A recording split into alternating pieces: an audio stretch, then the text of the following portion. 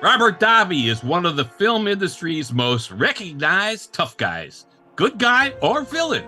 License to Kill is one of our top Bond movies, and a big reason for that is Robert Davi, who plays the villain Franz Sanchez. And today, we are thrilled to welcome Robert Davi to our show, Cracking the Code of Spy Movies. First of all, Tom and I would like to thank you big time for coming on the show because you are the best Bond villain, and we're thrilled to speak with you, Robert.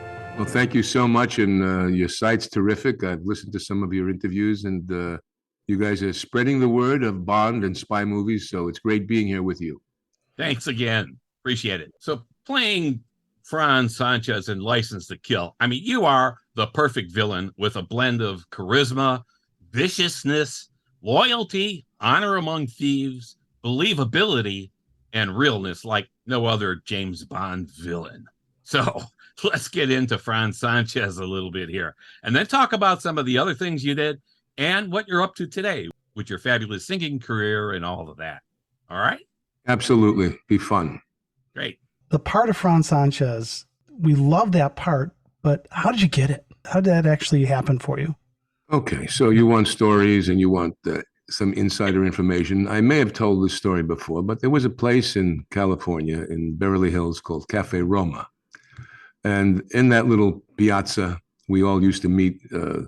Arnold Schwarzenegger here was my friend, and I took them here, there, and Mickey Rourke. And Sylvester Stallone, and people would just hang out there. It was a great hangout in the 80s.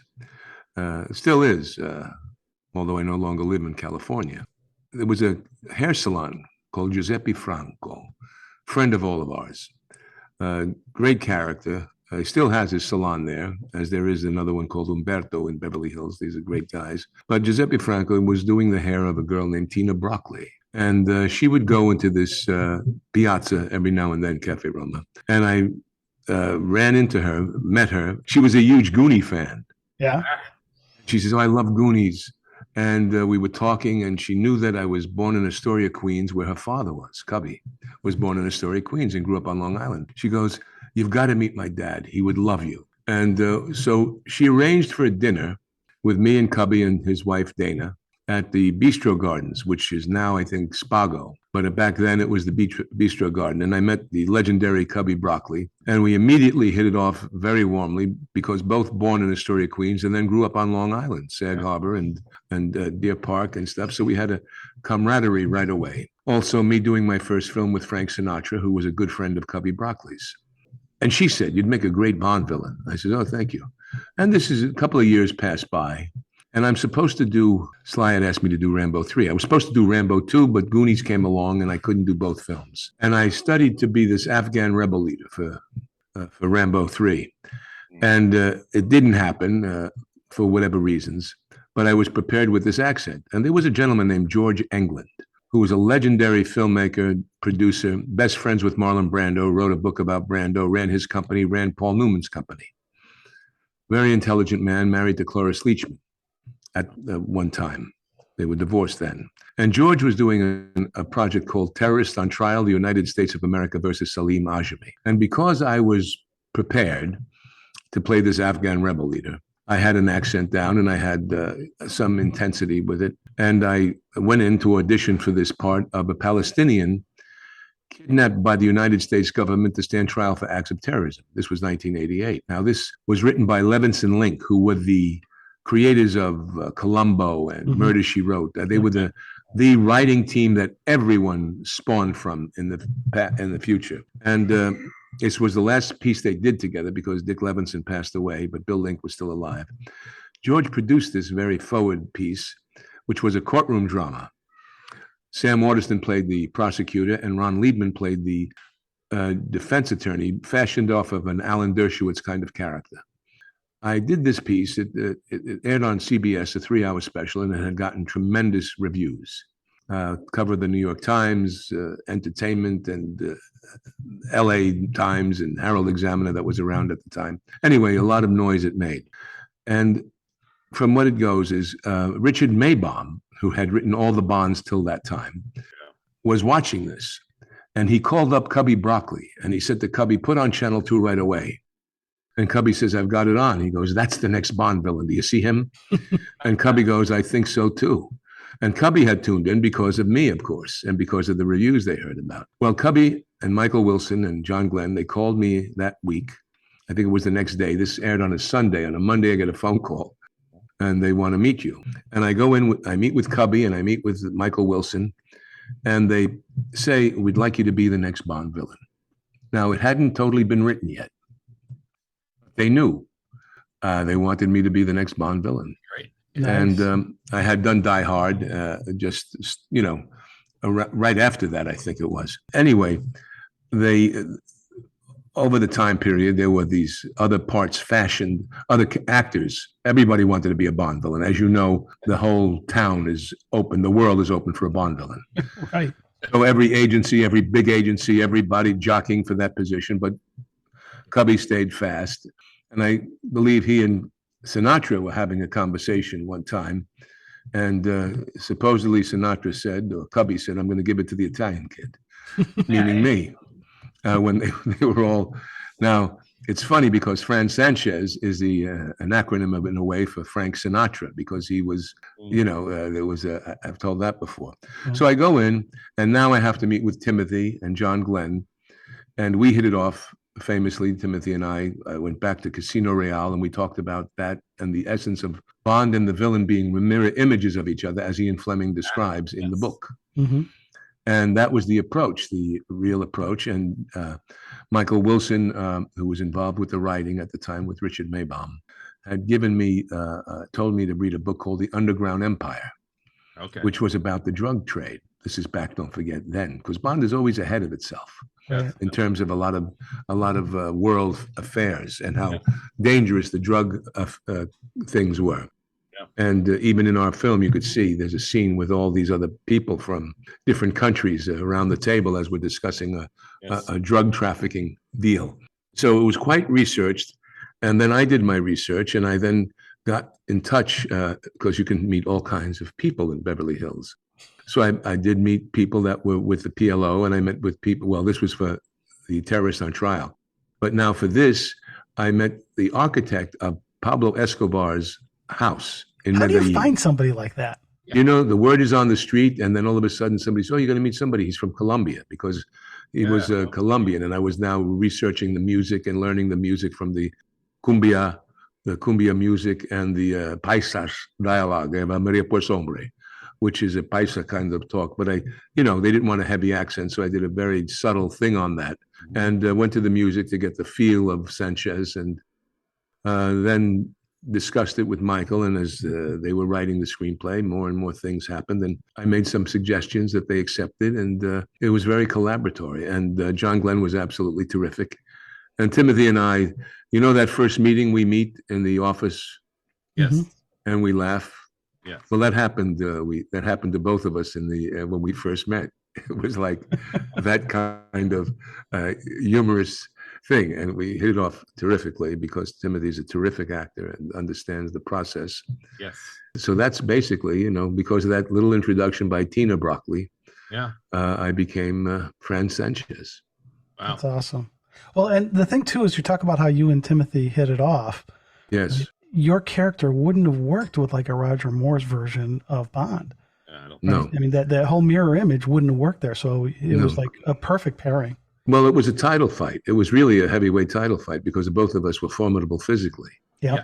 And around the same age, where prior to that, you've had Bond villains that were, not as formidable physically, but they had a thing behind them. So this was then a good pairing of being able to have that mirror image of Bond and the villain. Yeah. It was a perfect pairing, and you could see throughout the whole thing, even when he wins you over to your side for a while there, the relationship between you guys throughout the whole movie is just terrific. Yes, awesome. and I played Sanchez more like Bond, and Timothy, I think, played Bond more like Sanchez. Hey, that's a good point. You know what I mean? That's absolutely true. That's because good. of the mirror images. I've always liked the Sean Connery one-liners, that he would count. And, they gave me so many, like, launder it or loyalty is more important to me than money. which I think I may have put in or not, and finding the Achilles heel of Sanchez, going through the script. Yeah, I was going to say, when you went through the script, what did you think of it? Did you think, hey, I could add a lot to Franz Sanchez here? And did you add elements to that from your, you grew up in New York and Manhattan and Queens and so on. I mean, you got some street toughs. Right. No, I got into the character of what I was playing and in the research of it. And like I said, I went to the music of the paisas and the mentality of someone like Pablo Escobar and Carlos Leder. There was a triumvirate of drug lords at the time. It was Carlos Leder, Pablo Escobar, and Ochoa. There was a guy named Ochoa that was a very big drug lord. So I delved into their lives, their lifestyle, and then extracted the inner life of what these men would be like. Mm-hmm. And I approached it like they were a businessman.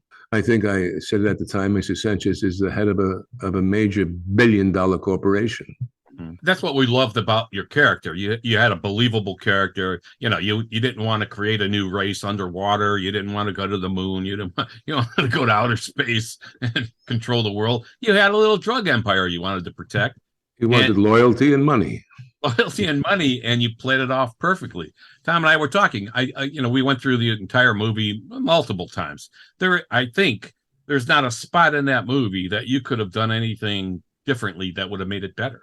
That's how we think of. Thank you. Thank you. Appreciate that. Absolutely. So I have one question on that. As you get into this character and you're studying these other people, and then you're on camera, you're in role, they say cut. How long does it take you to get to the point where you're Robert Davi again versus Franz Sanchez in your head and how you're behaving? Is it a light switch you can turn off, or does it take you a little bit to unwind it? Well, during the whole shoot, some people said he thinks he's Sanchez. I mean, I remember one of the first elements of the hotel room that they put us in Mexico City, and I felt it was not up to the standard of a Franz Sanchez. So I went to Polanco, and which is outside of Mexico City, and there was a new hotel, the Hotel Nico, and I went to the Hotel Nico, and some of the people recognized me, and I went to their marketing department, and I cut a great deal on a hotel suite with a piano in the room and everything else. And then that got to they then made a deal for other people in the film when they saw that I was there. So that was the Sanchez aspect of me wanting to have a suite and a surrounding that I could believe in my character. And it's even when we went out to dinners and stuff as a team, and with Benicio and with Talisa Soto, and with Timothy several times, it was a fun experience. And I was playing. There's always a slow burn of a character. You don't fully express the character, but there's always some kind of thing because you're looking for behavior, something you might find in it, just in terms of life at the time. When you have a part that warrants that, sometimes it's not something you can really do to, but on that one I did. As a matter of fact, even the relationship with Benicio, that came out, I figured he was like a younger brother or a relative, and the affection that I would have for him. And there was that one spot where, and I know the Latino, the people are not afraid to show physical contact with each other. There's no homophobic aspect to it. Right. And I put that into the thing with my relationship with Dario. Yeah, that was terrific, and everyone always wonders that too. But I think you have explained it perfectly there, because Italians, Latinos, were very fond of hugging each other and whatever, and that showed in the film too, that you guys were close. And even like the touch, the thing where you like touch the side of his face. Yes. And it was, it's like that seemed very natural. So yeah.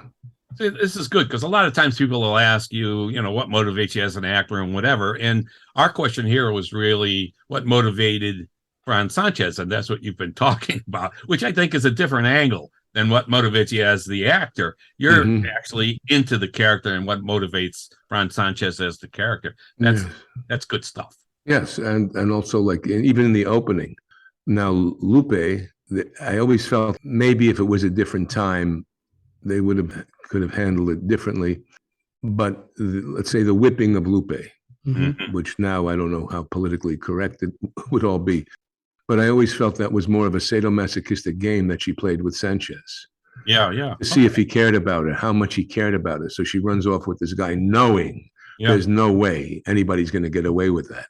Right. And that I say her escapade. And, I had thought that it would have been interesting if there was, because Ian Fleming talked a lot about autoeroticism in that film, Yes. in his books, and I felt that Lupe could have been titillated by the aspect of all of that, and it could have turned into a lovemaking moment after he whips her, instead of her crying and it being, but you're playing the villain, so you can't have that. But it would have been a nice, interesting twist. That's one of the things I would have liked to have seen with that. Yeah, even later in the film, when Bond sees the scars on her above her butt, she says, "Well, I deserved it." Whatever. So it was kind of like what you're saying there, that it was maybe that kind of relationship. The pre-title sequence is one of the best pre-title sequences in any Bond movie. I mean, it's just absolutely flawless. And within seconds of seeing you, we know how evil you are and what a character you are. And when they grab the guy, Dario grabs the guy out of the bed and is holding him, and you say, "Come on, say it." The heart, come on. What did he promise you? His heart? Give him his heart. Oh, man. But the thing of it is, you see, on that, nothing that Sanchez had done was, if you analyze the actions of Sanchez, it was in response to what was done to him. Okay. Even the opening of the film. Yeah. She betrays me, or this guy should know better. Right. This is Sanchez. You're going to do this, you're going to have to pay. Yeah. You know what I mean? So that was the first. Okay. Then you have Felix Leiter. Mm-hmm. He didn't have to come after Sanchez at that time. Right. He could have left him alone, let him deal with his personal life. Yeah. And so there's many, I think the only unjustified kill of Sanchez, besides the obvious of Launder It with Anthony Zerbe, because Bond sets him up as my Achilles heel of suspicion and betrayal, is the killing of Truman Lodge. Yep. Yeah. But he was getting under my skin and irritating me. He was overhead. He was irritating. That was a great scene. I love when you step on his hand to take. It's like that adds to it. Like boom. Yeah. And when I shoot, I think it was the first time. I hadn't seen it in the film till then. I don't know if somebody could research it prior to me doing it in License to Kill. But since people have done it where I've killed somebody who's already dead, because he denied me the ability to kill him. When I go, "Yo, puta," and I shoot Cary Hiratagawa when he takes his poison. I love that. Yeah. Cyanide.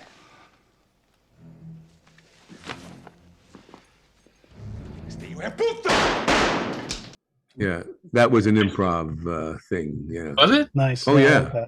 I like that. See, that added a lot too. It shows again the dimension of your villain and your evilness. It's like, yeah, well, he was cheated out of punishing this guy, so he's going to do it anyway. He did it damn, anyway. he's dead. I wanted to kill him. Yeah. So I want to go back to the pre-title, because there's some stuff in there that really sets up your character visually. And, part of this could be because I'm reading this book on Hitchcock right now. And in that book, they talk about how he wants like no expression on the face and then some subtle stuff. And you have so many deadpan looks that break into a smirk. And my favorite thing in the whole movie that you do is when you salute. When you're flying the plane and you're leaving. Oh, and I take off. Salute those guys. Really? To me, those are the kind of things, it's like that, especially since it's at the beginning, it's setting the character up of this guy can be a smartass, but he outsmarted them. And so he can For the moment. Yeah. For the moment, yeah. And I just, all those little smirks and stuff you do in that, especially in the opening, to set that character. And we talked earlier about the mirror of Bond and Bond having the quips. just visually, you were quipping back with some of that stuff. And I just thought that was fantastic. Yeah, that was something that impressed Benicio at the time. He had said to me, he says, where did you come up with that smile, that thing, that way? Where did you come up with that? You know, because he was a great student of acting and everything. But it was just how Sanchez was born in me, you know, how he... So that was you. That was not any direction from John Glenn saying, hey, can you smirk here or anything? No. That's just, he wouldn't be that, he is a great director, and he does not, he'll give you, certain hints at things, but no, never anything like that. No, that was. And I think your laugh is got to be the most frightening laugh throughout. Whenever you laugh in this movie, that's, oh man. Okay. We're afraid of Sanchez, no matter what he's doing, laughing, talking, whatever. I'm scared. That's good stuff. Well, it's easy when you throw somebody to the sharks, You don't have to do much to make people crazy about it. I know Cubby liked the line, today is the first day of the rest of your life. And then I go like this. Yeah. Bring him up. There was something about that Cubby responded to. It was funny. Yeah, I thought all those little subtle things you did with your face, your hands, and everything else really, again, added to the dimension of the character, which is really cool. The laugh, all of that stuff. And, of course, I want you to know this is nothing personal. It's purely business. Remember, you're only president for life. Another great line. Right? I mean, there was a, I don't know if Timothy would remember this, but I remember there was a little bit of resistance of him doing one-liners. And I remember somebody was telling me, he didn't want to have it to be like that. But then as I was getting all these great lines, you know what I mean? Yeah. He then realized, all right, let me do, from what I remember, John telling me, there was something like that. Yeah. So Glenn was a great director. Obviously, yes. He did more Bond movies than anybody else. You loved working with him. You've talked about that a little bit. Any other insight into John Glenn, working with John Glenn, or? Oh, just that he's just so efficient and prepared, and there's no nonsense, and it's very comfortable, very relaxed creatively. It was a very untense set, and the circumstance that he creates for you to live in. There was nothing when you went on the set or when I went on the set and I went, no, this is not right. You know what I mean? I don't feel I got to dig myself out of this now. How am I going to dig myself out of this scene? The circumstance isn't right. Everything was absolutely spot on, and just to let you bathe in the production. And that's the time spent with the Bond films. And, because that was the last film that I think the original team put together. End of an era in a certain way, and now we have the new era with Barbara and Michael. There was also, John has a great sense of humor. He loves humor. He enjoys if it's something humorous and funny. I've told this story before, you may not know it. What I'm doing, I'm in the upper inner sanctum of my casino when we're looking what Bond is doing. And, I have this iguana now it's on my shoulder that I can't ignore the iguana. I had to make the iguana be affectionate to me and love me. And it didn't like Talisa Soto. It snarled at her. She was afraid of the damn thing. So that line, when she says it, was that a written line, or was that just her ad-libbing of I forget that. I don't know. I don't know, but it may or may not, but it knew. The iguana knew she didn't like him. And then there's a certain point, and it's more extended. It didn't make the total cut. A little piece of it did. When the iguana all of a sudden just goes right to my ear. Ooh. And then I continue playing. Yeah, really? You think so, huh? And I do this little dialogue with the iguana like he's telling me a secret. And it was quite funny. And John Glenn is laughing and loving it. And I remember we're doing a scene and he's going, look at that. Alex, look at that. Get tighter. Give me a tighter shot. He's fantastic. Look at those eyes. He says, more in one look than anything. I just love it. Go tighter. Go in there. Brilliant. Brilliant. And, I'm doing the scene and I'm, pumped up inside as I'm hearing a little bit of this. I'm going, interesting. Okay, good. And then cut. All right. And John comes over. You're just so marvelous. Just let me tell you how fantastic you are. And he goes down to the iguana. You're beautiful. You're just a spectacular. You're the best actor in the picture. You're wonderful. And I says, Jesus, John, I thought you were talking about me, for God. And he just howled. He just loved that. I That's think that was fantastic. one of his favorite moments. So I've And it got a was, couple comments on this iguanas thing because I just love this iguana, and I love it. One of the things we do in our podcast is we try to talk about where something gets kind of borrowed from another movie or is influenced by another movie. And the diamond necklace on that iguana just screams. And remember, Eon didn't have the rights to Blofeld at this time, so it just screamed like a total, F you to Blofeld or something with the diamond around this iguana. yeah, I don't know. I wasn't privy to that, behind the scenes thing. I just know that it was a great thing to have. I think it was more of a thing to Lupe. Yeah. You know what I mean? I mean, she accepted it. Now the iguana has this diamond necklace around its neck. Yeah. Yeah. I see iguanas a lot because I spent some time in the Caribbean, and that thing was so docile. And I can't imagine picking up an iguana and actually having it stay on your shoulder. They had iguana wranglers, and the iguana did like me. The iguana just for some reason stayed.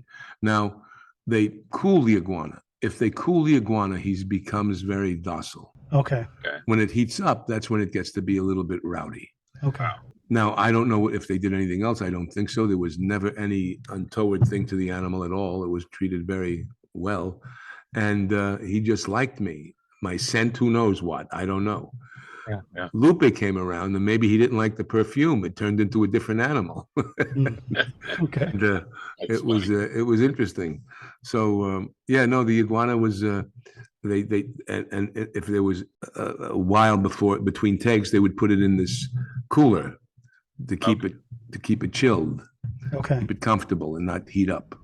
Yeah. It looked like it got along with you really well. You got the lights; it's going to heat up too. So Yeah. So was there like a length that you could film with it where it would remain docile? I don't remember, but there was probably somewhat. I mean, there was not anything. Because you don't want to with any animal, you don't want to overuse it or over Right. exhaust it in any sense, because then you won't get the best performance. Much like actors, Yeah. you've got Yeah, just every time I keep see them that, fed and cool. They'll be all right. every time I see that scene, it's like, how'd they get that iguana to do that? Yeah. Well, like I said, he did like me. Yeah, that helps. That helps. All right. We got the iguana in the cast, so that's good.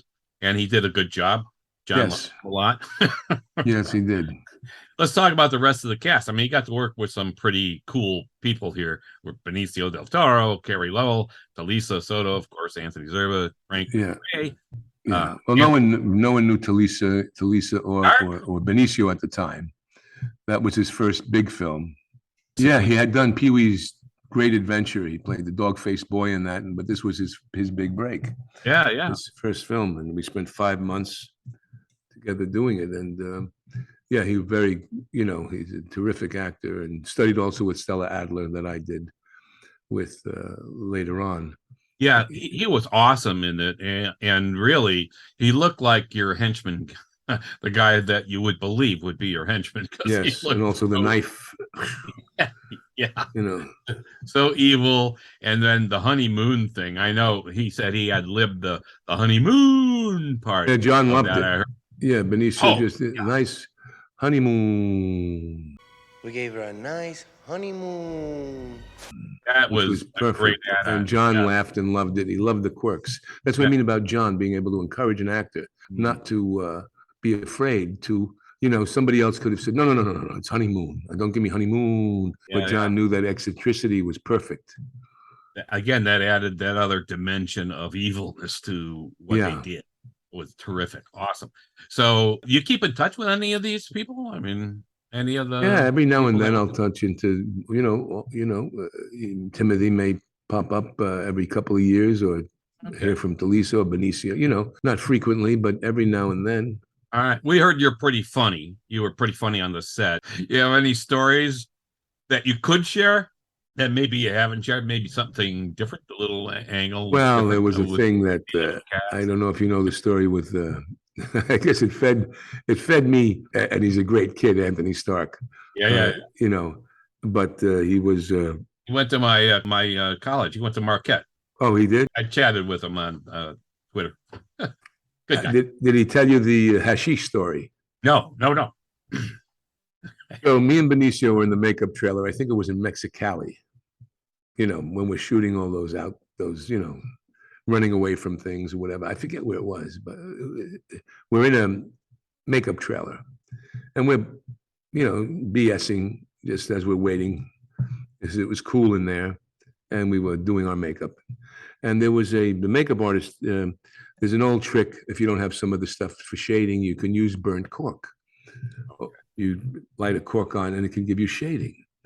So this burnt cork was on the counter of the makeup trailer, and Benicio and I are sitting and we're talking, and Anthony comes in the trailer, and he sees this cork thing. He goes, "Hey, what's that?" I go, "Oh shit!" I go, "What's that?" That's hashish. He goes, "What?" I go, "Hash." He goes, "Really?" I go, "Yeah, smell it."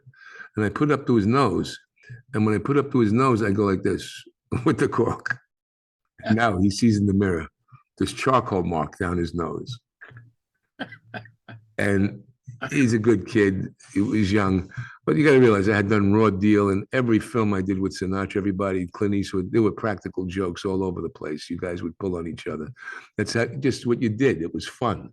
Yeah. But he got terribly, terribly nervous about it, and I think he got very, very emotionally upset. I think so. And later that night, we're at the hotel, ready to go to dinner, and I come downstairs to have dinner, and John comes down and he goes, "Robert, what did you do to poor Anthony Stark?" "What do you mean?" He goes, "What'd you do to him?" What do you mean?" "Well, he's upstairs, and Barbara's quite upset, and I don't want to say that this was the thing, but this is what John told me. He broke out in hives. Okay, he was so upset, and he was very distraught. And I said to, I said, "What do you mean, John?" I said, "It was a joke." I says, "Here's what happened." I said, "You're kidding me?" He said, "Well, Barbara's quite upset, Poor young Anthony." He says, what you do to him?" And John laughed a little bit. And then Barbara, of course, "Daví, what did you do to Anthony later on?" I says, "Oh my God, I'm sick of hearing this. I did nothing to Anthony." I says, "It was a joke. You understand? It was just this and that and the other thing." And, I did Raw Deal with Schwarzenegger, and we shot in Chicago. Okay. And the first time I met Arnold, I had never met him before. And I'm coming down out of the hotel to go to dinner. And he's coming in with his entourage, with the stunt guy and his stand-in and a couple of his friends. And they all see me and they go, "Oh, you have they told Arnold, this is a great actor here. He's got a great face." And I had this, Jean-Paul Gaultier just had a new line of overcoats. And it was this maroonish overcoat cut very interestingly. And I had it on. And Arnold sees me with it.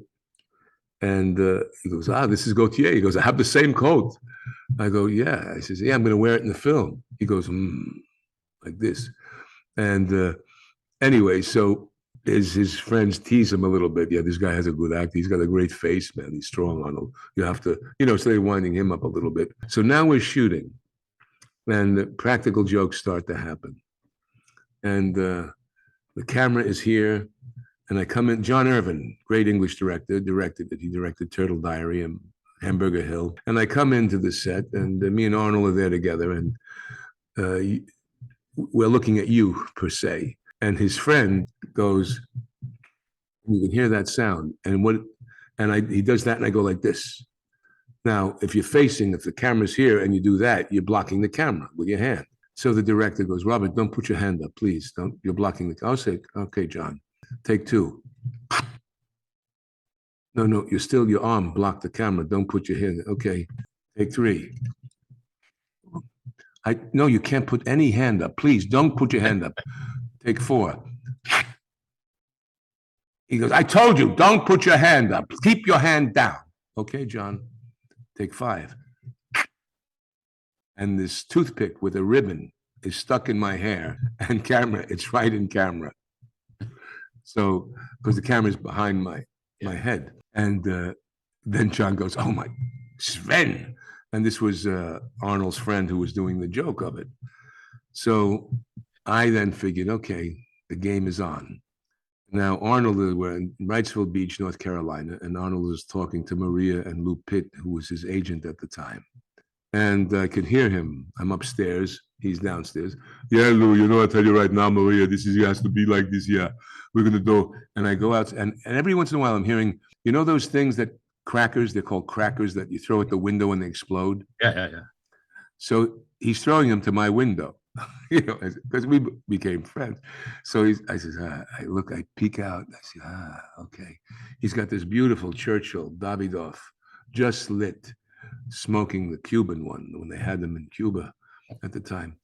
And I time it. I go to the bathroom. I get the garbage pail, clean it out, put soap suds in it and water. And then I open the door. And I wait for him to go right underneath the door here, talking, yeah, Lou, you know what I'm telling you now here? We have to make this next deal here with Carolco. Has to be right away here. And I dump the soap suds on his head. It was a bullseye. And now on Schwarzenegger's cigar, you know, a normal human being, you'd throw from above, you go like this, right? You look up, what the hell? Not Arnold. Arnold just goes like the water, imagine soap suds, cigar coming down, full. All he does is this. He goes, this means war. And goes back. So then the games. So this is what you know what I mean? We came with, and then with the first film I did with Sinatra, Harry Guardino, and guys did practical jokes. You did practical jokes. That's fun. You guys do have a good time, even though you're working hard. Yeah. You have to have, you know, you relieve the tension, and you do all of that, even on the. All right, so let's get back to Bond for a second. And I want to talk about Grand L. Bush. So this was the second movie I think you did with him. Yes, we had done Die Hard before. Right. And so, but it wasn't the last because one. I was already signed to do Bond, but Die Hard went prior. Okay. It was interesting. And so we just met on that. I didn't know he was going to be part of the Bond film. Oh, you didn't? Okay, that was going to be my question. Is did you have any influence in getting him in there? No. He just showed up, which was great. Yeah, he's a good guy. Because the interaction with you guys in Die Hard was just fantastic. Yes. I just love when he yells at you. It's like, so that was good. Yes, I was in high school. Yeah, you dick. Dickhead. Dickhead. Yes. Yeah, that was good. So it just was a coincidence that you were both in the. Yeah. Okay. I mean, you've done a few with Chaz. But, yes, Chaz and I are good friends. I directed him in The Dukes. I don't in know The Dukes, we want to talk about that. That was fun. That was a great movie. We really liked that movie. Yeah. Enjoyed it a lot. I'm Italian. We're both Italian. Oh, good. Yeah. So all my grandparents are from Italy. So when you get these things, it just is coincidence that you're not really influencing, saying, "Hey, I've done work with this guy. Can you get him in here?" No. Sometimes you do, but no. I mean, Benicio, I got into Christopher Columbus. But I had recommended him because they were looking for this character in Europe. And I said to John, and John had thought the same thing. Let's get Benicio for Alvaro. That was one hell of a cast. Yes. It really was. Casting is so critical in that why we, again, License to Kill, they did a great job of the casting with, you guys, like we said, to work with some terrific people there. So is there anything about License to Kill and the filming of it or anything that went on in the background that most people don't know about or wouldn't know about that you could tell us? Anything? Any kind of I had to learn to scuba dive for that scene off the Did you? Yeah. I was gonna ask you if you were really underwater. Yes. Underwater in the armor. Yeah, I had to learn to scuba. Yeah, no, I had to learn to scuba dive to take that. I got actually certified because of it. Because I had to do that underwater, how to take it out. And, you know, they wanted a close-up of me doing that, you know, and then swimming off a little bit. Then they had stunt doubles to do the wide shot. We shot at Churubusco Studios in Mexico City. I met Alexander Jodorowsky there and Gabriel Marquez, who wrote 100 Years of Solitude. I mean, it was very interesting. Wow. And the crew and everybody in Mexico was spectacular. They were great. Just the enjoyment of, I know a cubby got a little bit ill one time because of the height, the altitude. Oh, yeah. And everyone was concerned about that for him. It was just a great, I learned how to play conkers with the set, with the camera crew. Conkers is a game that the English play where you take a chestnut and you tie a string to it. Okay. And then you have to hit the other guy's chestnut, and it goes until it breaks. And whoever wins, whoever chestnut doesn't break after a period of time, is the conqueror.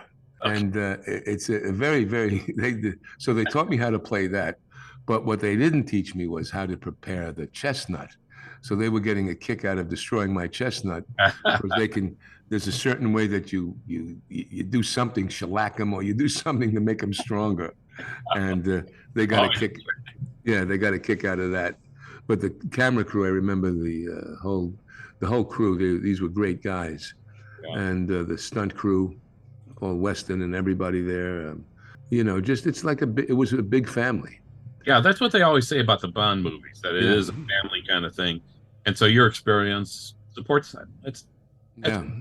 Yeah. And even I went on a press tour for 4 months, and I think I pissed off Barbara one time because I was on the press tour for like 4 or 5 months, and I think I overshot my expense account. I think I still was in Sanchez mood, and I think I was calling the driver from Rome because I was excited to see how the film did. So I had this driver, Walter, in Rome, and I called him to see how the film opened in Rome. And I know Barbara had said, she's Daví, what are you calling Walter for in Rome? You know what I mean? I just was, it was funny.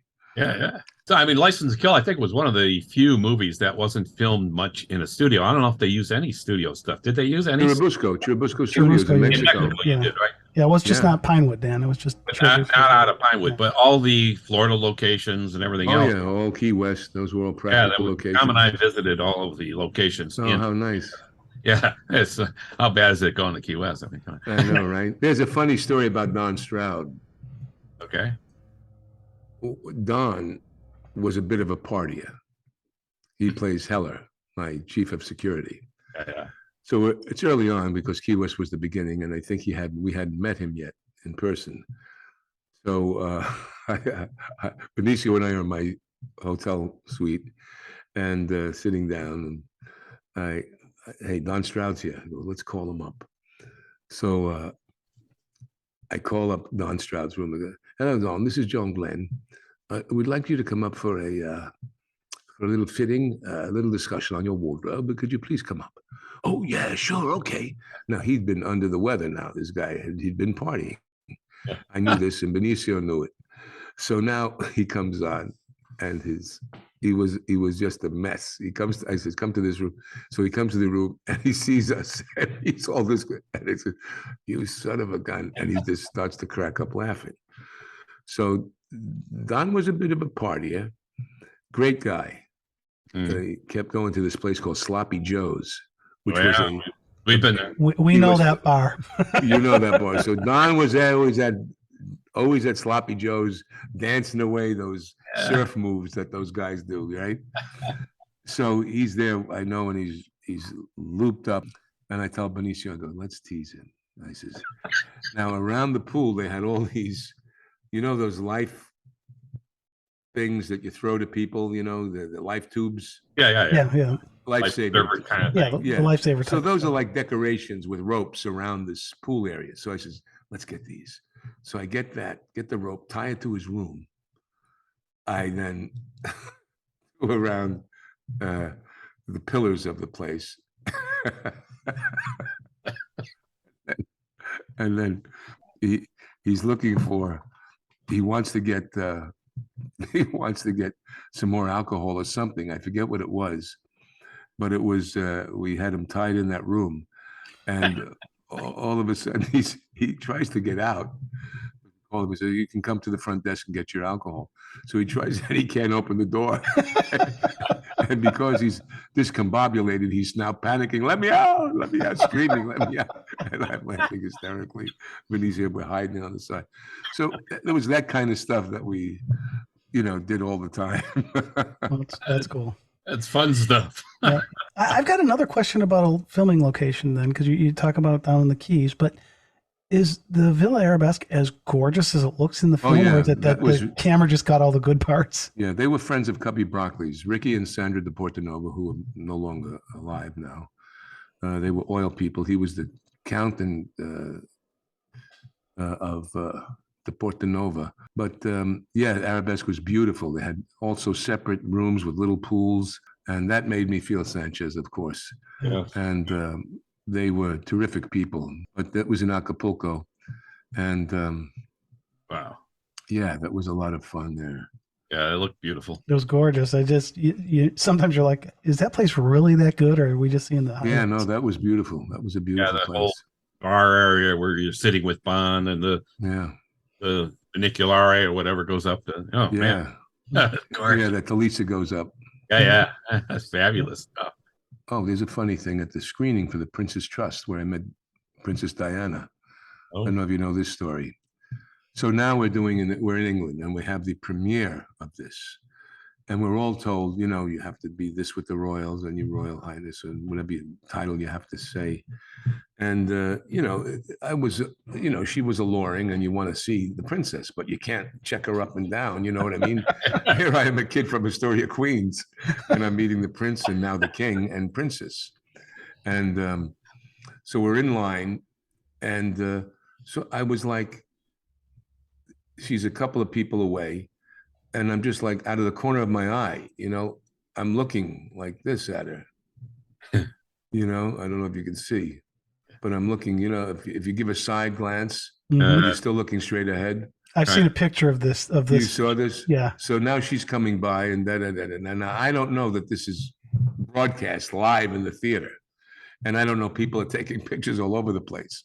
So the next day in their newspaper, what is Bond Betty thinking of Lady Princess Diana?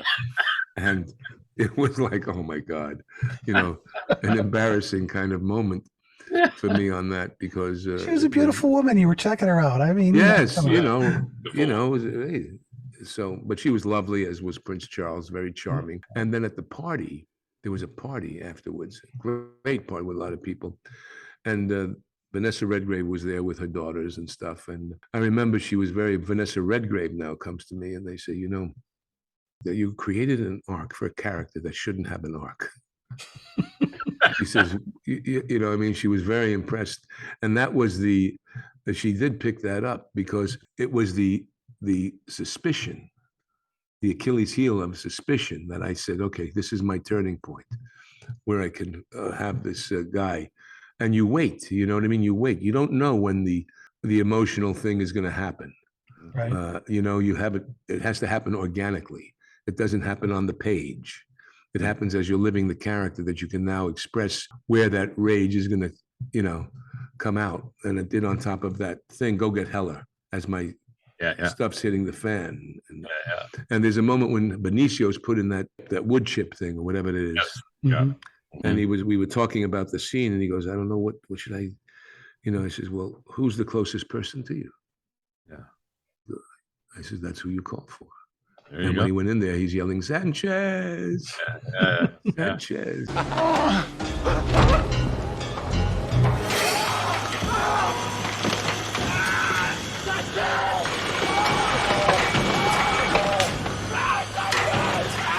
Yeah, that was good. Yeah, that was a great scene.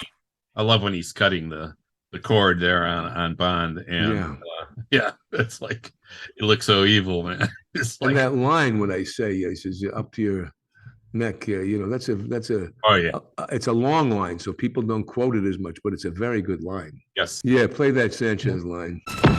When you're up to your ankles, you're gonna beg to tell me everything. When you're up to your knees, you'll kiss my ass to kill you.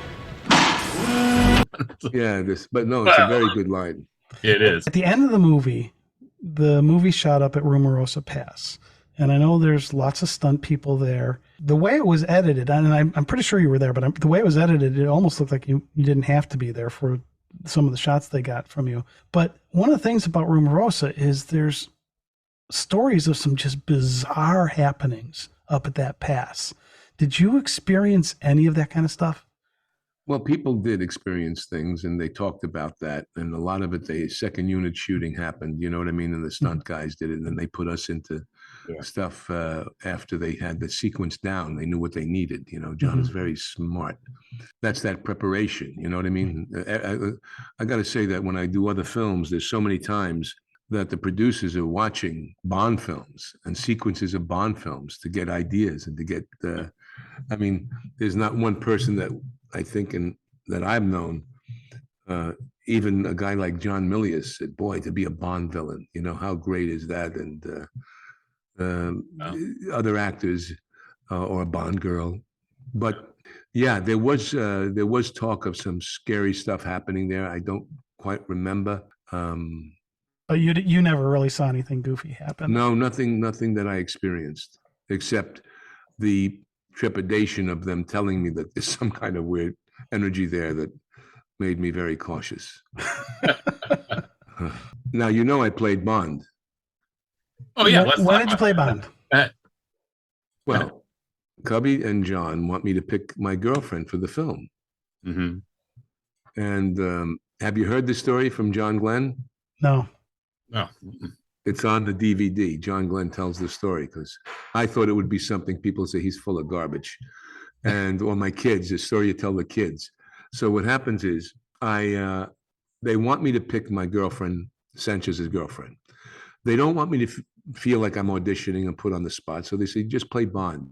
You're going to play Bond to pick up your girlfriend. Okay.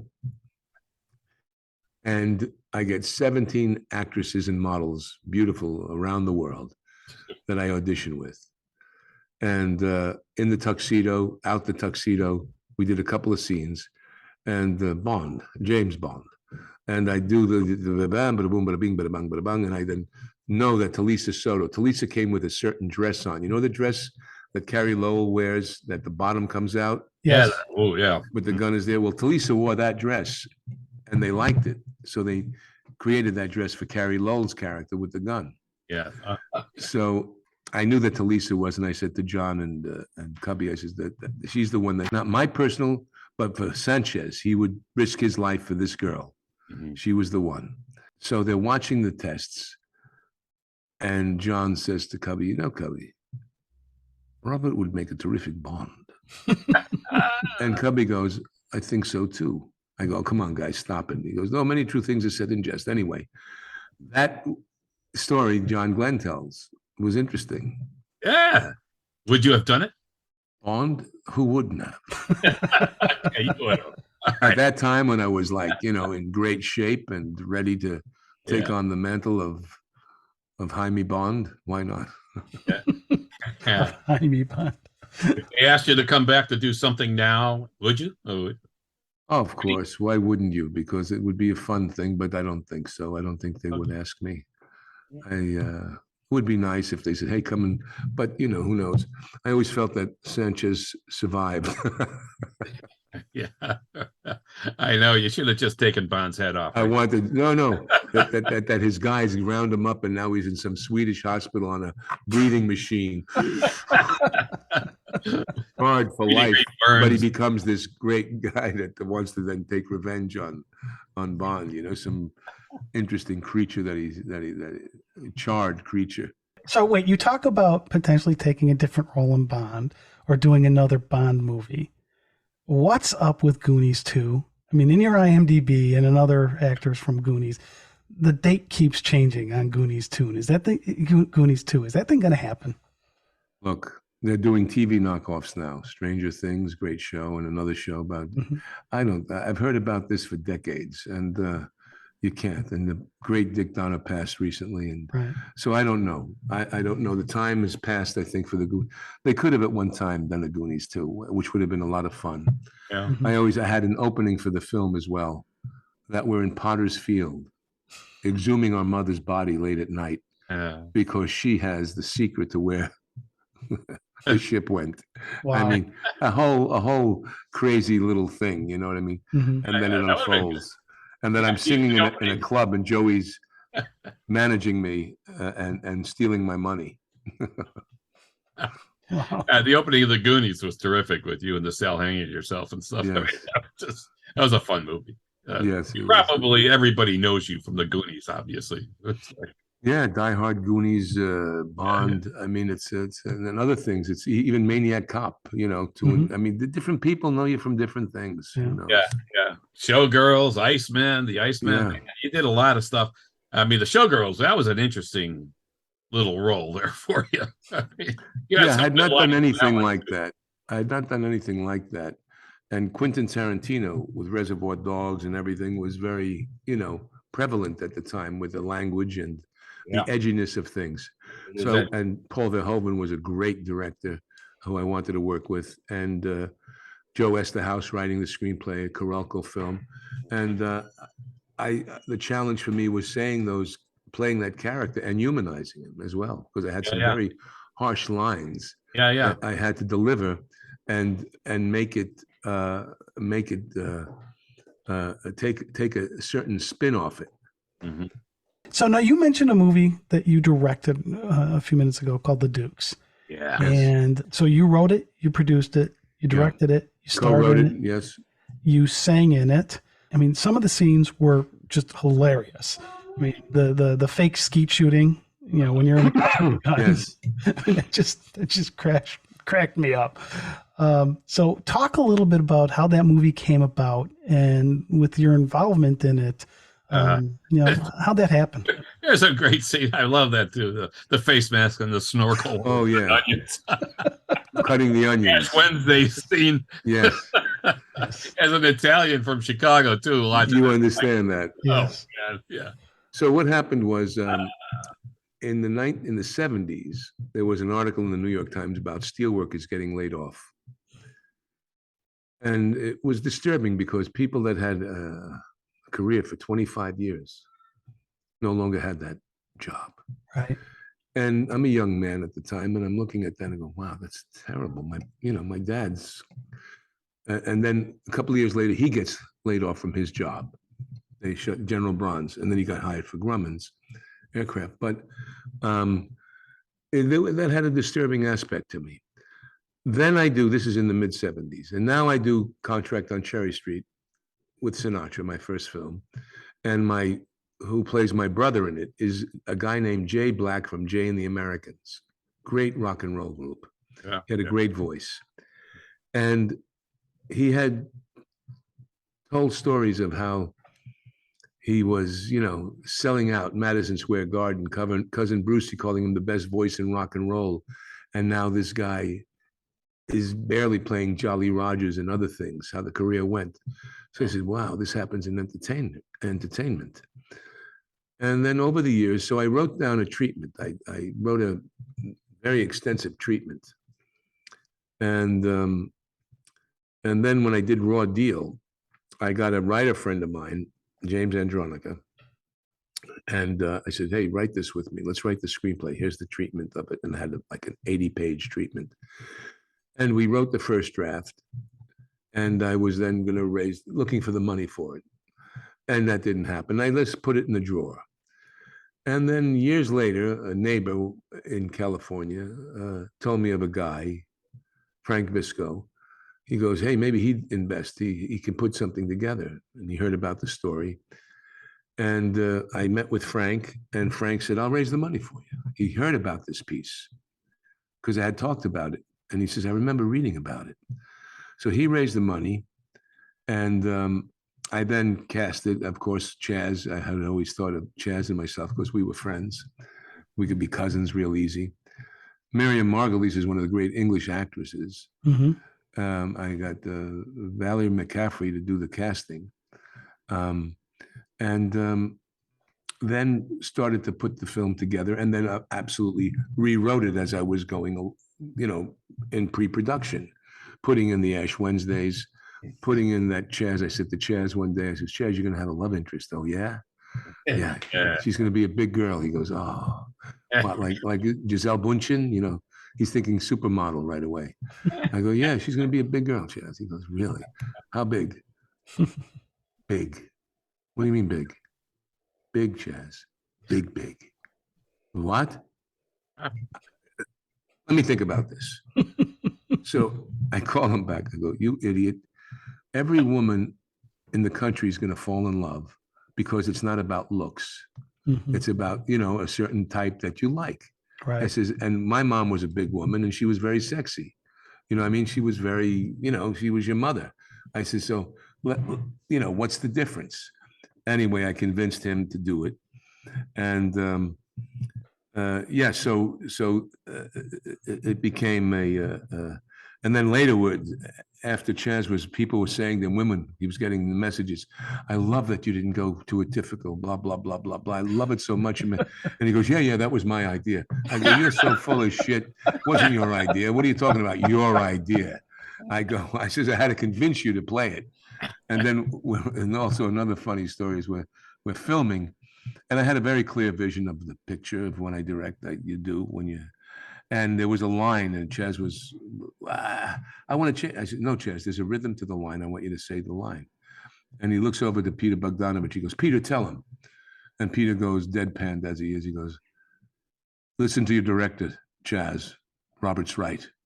And that was it. So because when you're close to somebody, you can challenge, right? Just Right. for whatever the hell, just for the hell of challenging, who knows what.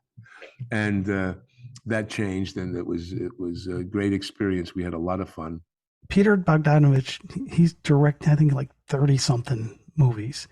And having a guy who's an actor who's got that much directing chops, was there any him trying to influence, or because he was there, he could say that to Chaz and Chaz would just kind of like, okay. Yeah, no, because he loved the script. He loved the character. He saw what I was doing and he knew. Okay. You know, there was not in the least did he turn director. He became the actor. Awesome. And trusted me implicitly with everything. And it was just a great experience. And he says, when are we doing the next one, actually? And I wish I had. I wish I had something else to do with him, because we had a great time and he's a great person, and he passed away recently. Yeah. And I really had a fondness for him. Yeah. I spoke to him just a couple of months before he passed. Hmm. I wish I had met with him, but he was a great person. We had a wonderful time on that picture. So getting back to Jay Black. So taking that story about entertainment, I then thought, let's make this about a doo-wop group. Mm-hmm. Doo-wop group that, because my friend, my co-writer, had talked about Vito and the Salutations and these other old New York groups. Yeah. And that was then the seed of that. And then it became what it is. Well, I tell you, I really love your rendition of "So Much in Love" at the end of that movie. Thank you. That was really a great way to cap that. You have a great voice. You have a great voice. So we'll talk about that in a second. But man, terrific stuff. The Singing Tomatoes. It was just. Yeah, the film won 9 awards with. It was in Rome Film Festival, as you probably saw. You know, gotten tremendous response. Yes. If anybody out there hasn't seen it, see it. The Dukes. Great movie. The Dukes. Fun stuff. A lot of fun. All right. It's on Amazon Prime right now. You can rent it there. Yes. Yep. And you can get my album, Daví Sings Sinatra, on Amazon or iTunes. Yeah. Your first role was with Sinatra. Obviously, growing up in New York, when you did, Sinatra would have been, I think you once said it's him and the Pope, and not necessarily in that order. Yeah. So, it was the Pope and Sinatra. Yeah. So because he was also what he did for the Italian immigrant, and also what he did for he was against racial bigotry and anti-Semitism of all kind. And that was when you look to him, he had done film. I was singing. I loved opera at the time. So he was always something that was, to me, the apex of the American songbook, and his loving of opera and classical music, as well. As you can hear, he was the first singer, I think, to put bel canto into popular music. You've had crooners, but the depth of his ability to interpret and certain phrasing and everything else was just very extraordinary.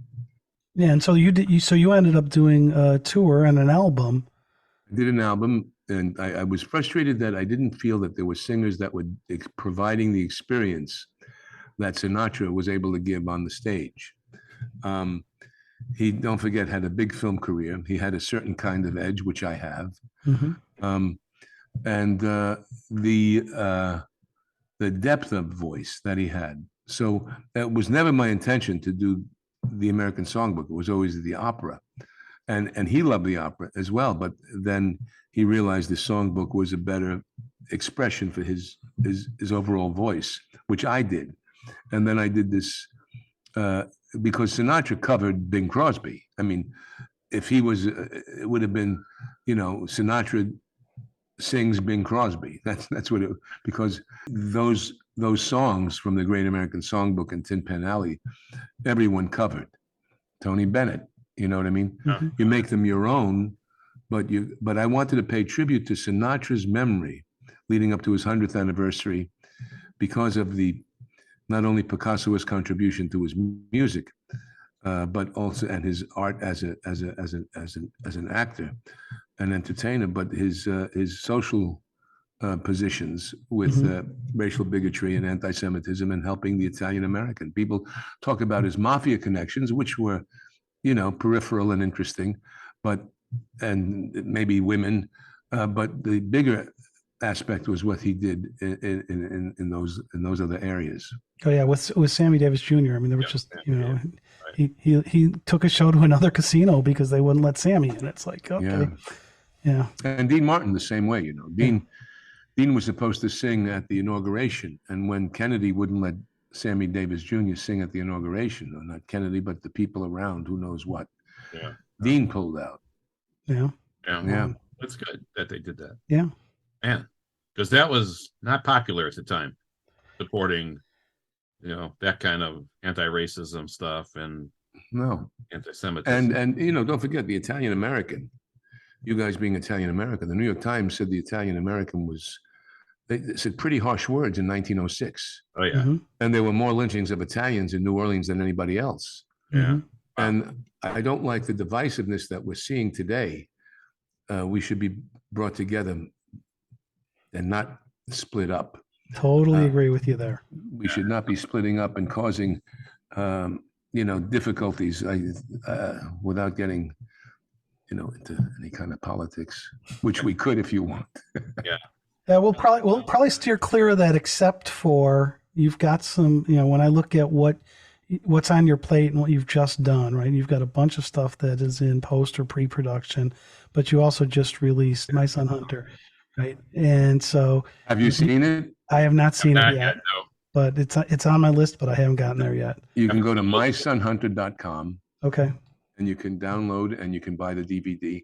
Okay. But you should see it. It's a fun film. I fashioned it off The Wolf of Wall Street and American Hustle, the David O. Russell film.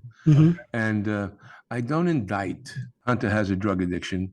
I've had family members that have addiction problems. I don't demonize that aspect to it, but I do question the influence peddling that happened while the vice president and president, they were on the same plane together to China and other places. So it's a very interesting film, but it's told through the eyes of a 25-year-old left-wing activist who works as an exotic dancer to pay for her college education. And she meets up with Hunter at a strip joint, and it becomes very textured, those moments. And through her involvement with Hunter, she finds out who he is.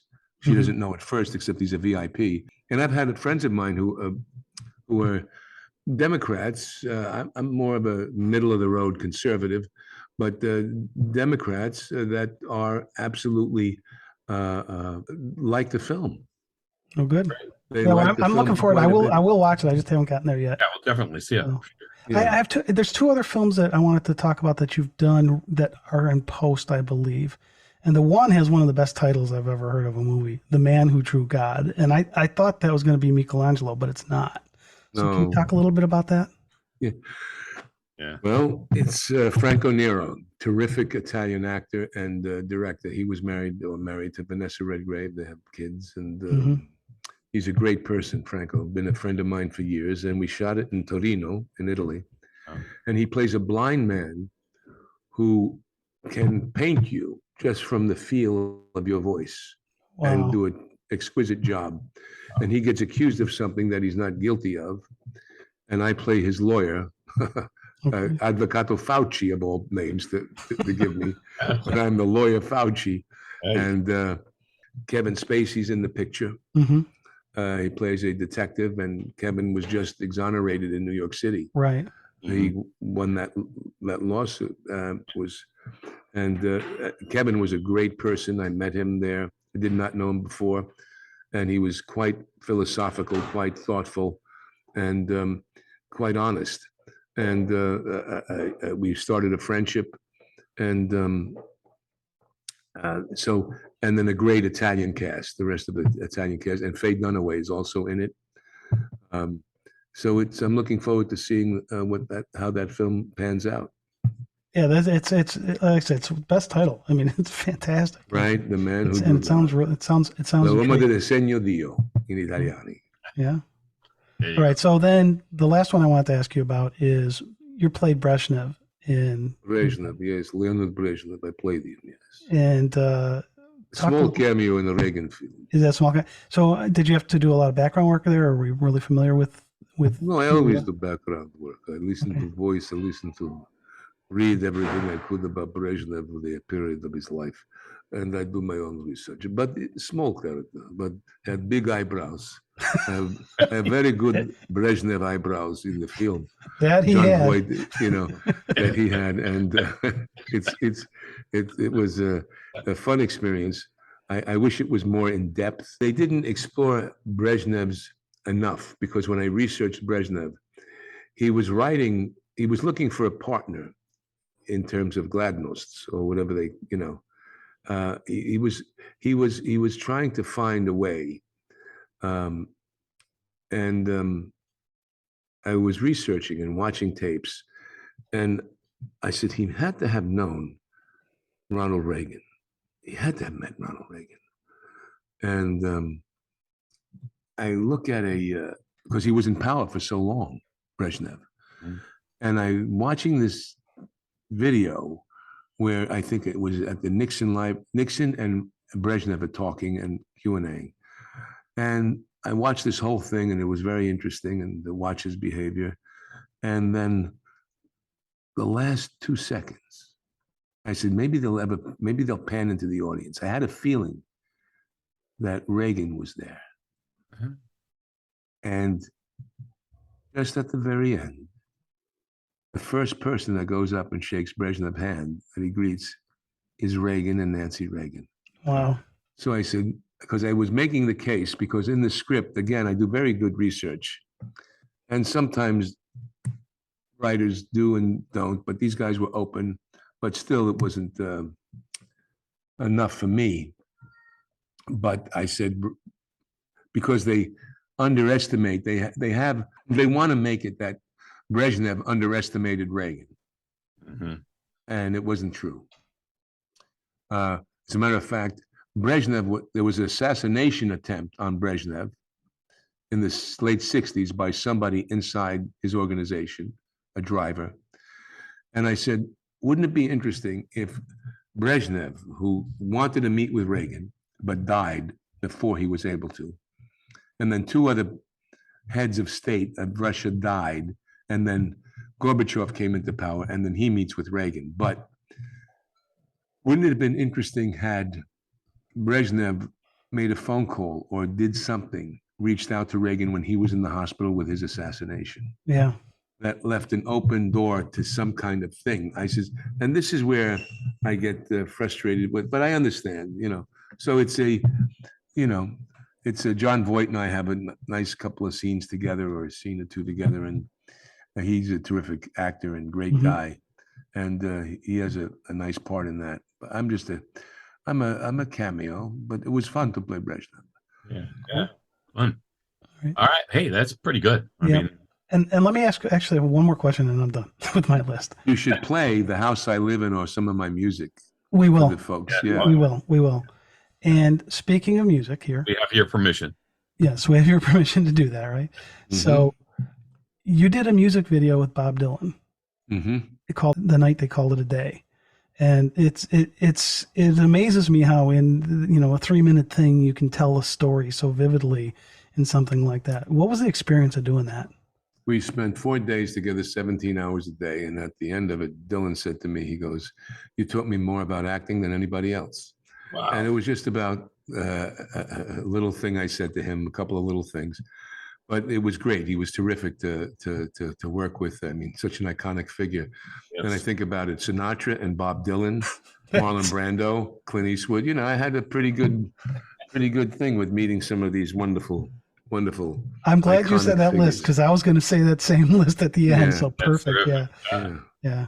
Yeah. You definitely had people who had the pleasure of working with you over your career that were some pretty big names. So that's great. Yeah. And Dylan liked my album of Sinatra. Yeah. He liked mine and my acting, of course. And Yeah. so it was fun to be in that thing with him. Cool. Yeah. That's awesome. Robert, I mean, you have done it all, really. I mean, you're a Renaissance man. Absolutely. All right. Well, I don't have the costume. Gotta get you a costume. Yeah. I got to get a little bit of Wardrobe. Elizabethan costume on. You got a Merlin costume at once. I did. I played Merlin. Yep. Remember that? Yep. Yeah. right. funny. What one thing about Robert John Davi keeps you going? Because you keep going. Well, I think I'm not finished. Okay. I'm not finished. I think there's a hunger and there's still a whereby you can get tired sometimes, but I still have my little 3-year-old. I have 6 kids of my own and 2 stepchildren, and I've got a wonderful wife. And I love singing. I love entertainment, and I love the work. I love film, and there's more to say. And I love this country. And you feel that if you have any ability to affect any kind of idea of keeping this nation on track, it's your responsibility. And that's I think that also keeps me going, as well as the Toby Keith song, "Don't Let the Old Man In." Yeah. You know that song? Yeah, I keep singing it too because Right? You know how that song came about? Do you know the story? well, Toby Keith was playing golf with Clint Eastwood, and he much like said the same question you asked me. He says, "Clint, you got a young child, you keep going, you're 90 years old, you're directing, you're acting. How do you do it?" And he said to Toby Keith, "Well, I'll tell you, I just don't let the old man in." And then Toby Keith went back and wrote that song, and Clint put it in the movie The Mule. Yep. yeah, it's a great song. It is. Yeah. Very meaningful. So Yes. I did a concert in Ischia with Bocelli, and then I did the Pescara Jazz Festival. And then I also did the Italian version of The Voice. Mm-hmm. oh A yeah, guy named Jax is a friend of mine. So I did the Italian version of The Voice, which is I was their guest artist. The week before was Ariana Grande. I was the next one. Nice thing. I sang a song and I said in Italian, "Sono io Roberto Davi, mi genitori, mi mamma di Provenza di Avellino, città di Nusco, Napoli. Mi genitori, mi papà, vicino Palermo, Torretta. So, sono io mezzo napolitano, mezzo siciliani. Ma io nato all'America, a New York, ma anima e cuore in Italia." So I basically said my mother's family was from Nusco, Naples. My father was from Torretta, his family in Sicily.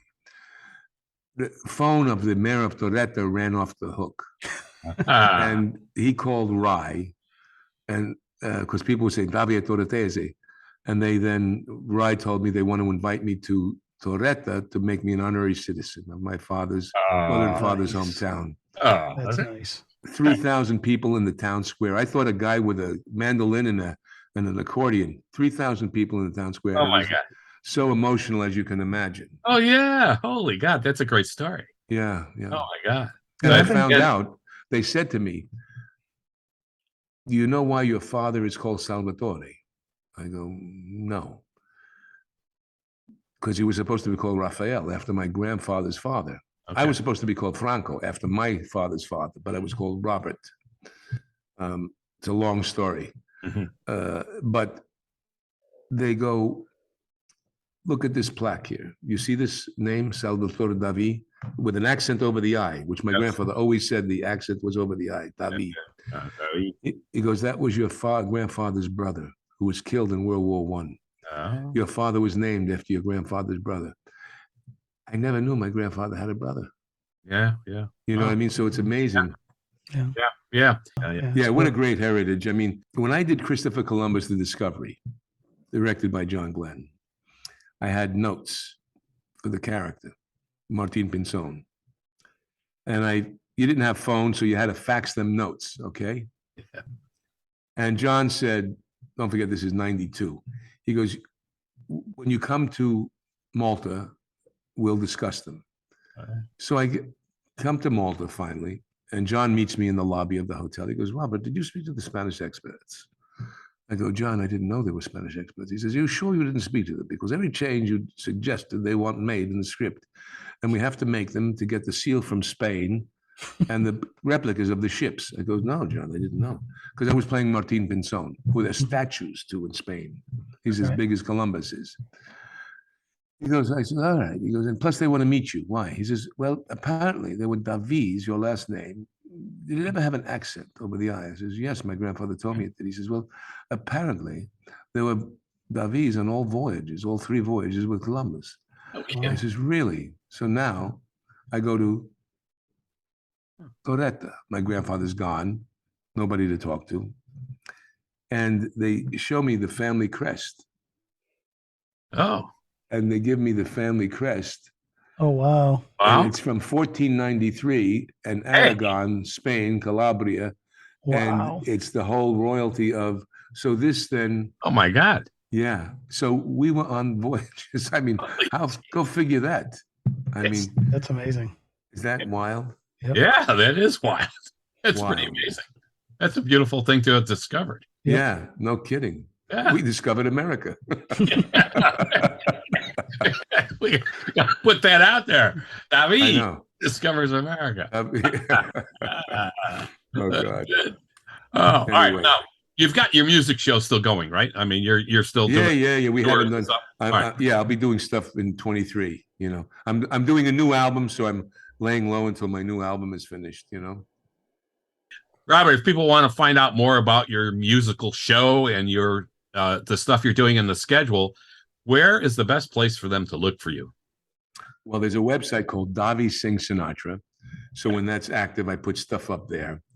You can get information on me on Instagram at Robert Davi. And also there's Facebook, Robert Davi or Daví Sings Sinatra. And you can find me there. And then there's a Twitter at Robert John Davi, but I get a little political, so I don't want to. you may not want to hit that one up. Just be forewarned, right? So, being political's fine, you know. So. All right. All right. Well, this has been tremendous fun and an honor, Robert. We want to thank you, Robert Davi, for sharing your stories, License to Kill, and the other parts of your wonderful career. Thank you very much. Thank you. Thank you very much, Robert. Appreciate it. Thank you both. God bless you. All right. This has been Dan Silvestri and Tom Pizzato from SpyMovieNavigator.com and our show, Cracking the Code of Spy Movies. Subscribe to our show through your favorite podcast app or through our website. Thanks for listening. We appreciate it. And thanks to Robert Davi for coming on. What is America to me? A name, a map, or a flag I see. A certain word, democracy. What is America to me? The house I live in, a plot of earth, the street, the grocer and the butcher, and the people that I meet, the children in the playground, the faces that I see, all races and religions, that's America to me. The place I work in, the worker by my side, the little town or village where my people lived and died. The howdy and the handshake, that air of feeling free, and the right to speak my mind out. That's America to me.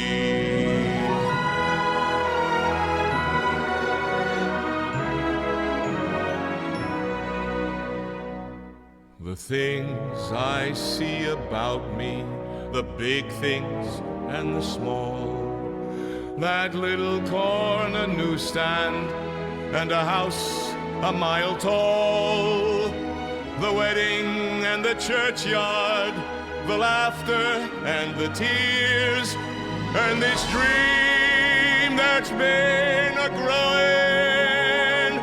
for about 250 years.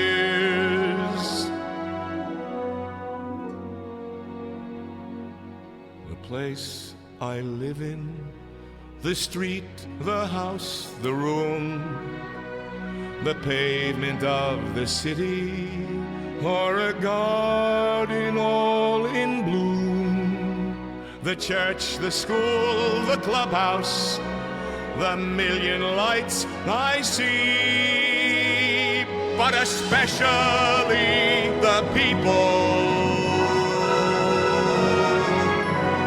Yes, especially the people.